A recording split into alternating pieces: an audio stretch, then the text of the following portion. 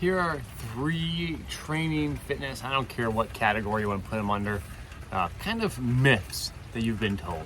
And they are constructs we have typically made that exist because of the settings we work in, but they don't exist based on anything really scientific or foundational.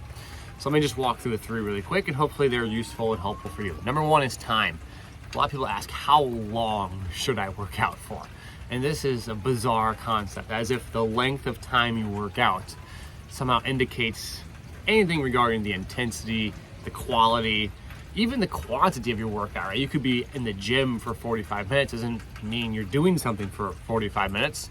A powerlifter's workout for 45 minutes might have much smaller total sets and reps than someone who's doing a high intensity cardio workout. No way are those 2 equivalent, yet we always seek out how long we should work out for, which off the bat should tell you that's not really true. The reason why this exists is typically because we like to operate in half-hour, hour-long windows, some sort of increment, 30, 60, 90 minutes, whatever, 120. And in doing so, we have clientele, if I'm a personal trainer, who might come and I have hour-long slots. And so people get used to training for an hour, despite the fact no way each one of those minutes is made equal. The first 30 minutes of the workout might yield the highest return and you do the most important stuff, but the next 30 minutes is there because, well, they have to have you work out for an hour. So thinking you have to work out for a certain amount of time is one of those big kind of myths.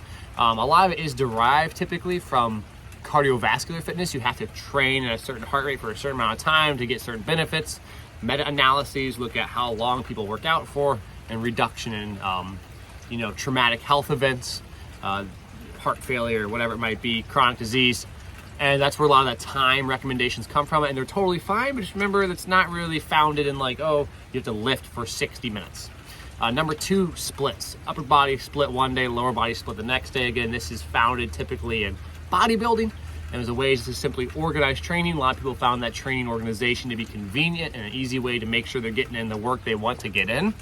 But by no means do you have to follow an upper body to lower body split. By no means is there any magical rule you have to do upper body, twice a week, or you can do it 5 times a week, because it's all twice a week versus doing it 5 times a week. It's all based on how you organize it itself. If you do a really super intense workout on Monday, well, you probably can't do a really super intense workout on Tuesday. But if you have a schedule that allows for a little bit every day, well, you can probably do full body splits every day. Again, totally based on the situation you're in. And if you understand the origins of that, bodybuilding per se, you understand the type of training that exists in bodybuilding, then you understand why there might have been upper body and lower body splits just due to sheer soreness, volume of work. But if you're an athlete or you're someone who just likes to do a mixture of workouts that aren't just spilled coffee on my socks. What a weird morning. Sorry for the distraction. If we like to do workouts that aren't just, upper body, lower body splits, you want to do some full body, heck, do that. Totally fine. Number 3 is chasing the burn.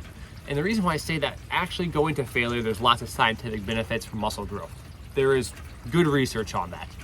But a lot of people judge their workout strictly based on every single exercise being taken to a certain point of fatigue, even the general idea of fatigue. And you'll see people who just go through a workout and they go through it as fast as they humanly can, because when you do that, you're gonna get really tired. But the goal isn't to get really tired when you work out. Not all the time. Some workouts might be that way, but if you're resistance training and trying to get stronger, you're trying to get more explosive, more athletic, sometimes that can be, actually will work against you. And so you don't just want to get tired and fatigued. You want to train a certain quality in a certain way. And when you have that quality in a certain way, maybe when you're doing power training, you actually try to avoid fatigue. And maybe if you're doing some sort of metabolic training, you induce fatigue for certain periods of time and back off. But a lot of times you see people just try and go through the workout as fast as they can, and they deem that to be some sort of significant indicator as to whether or not the workout was effective. And again, not really true. A lot of those, fatigue chasing origins come from the fact that we understand a small study, like going to failure is important. And then we think, well, if I rest less, then I fail faster. So I should just keep doing that over and over again, and then I'll eventually have a great workout. Again, not necessarily the case.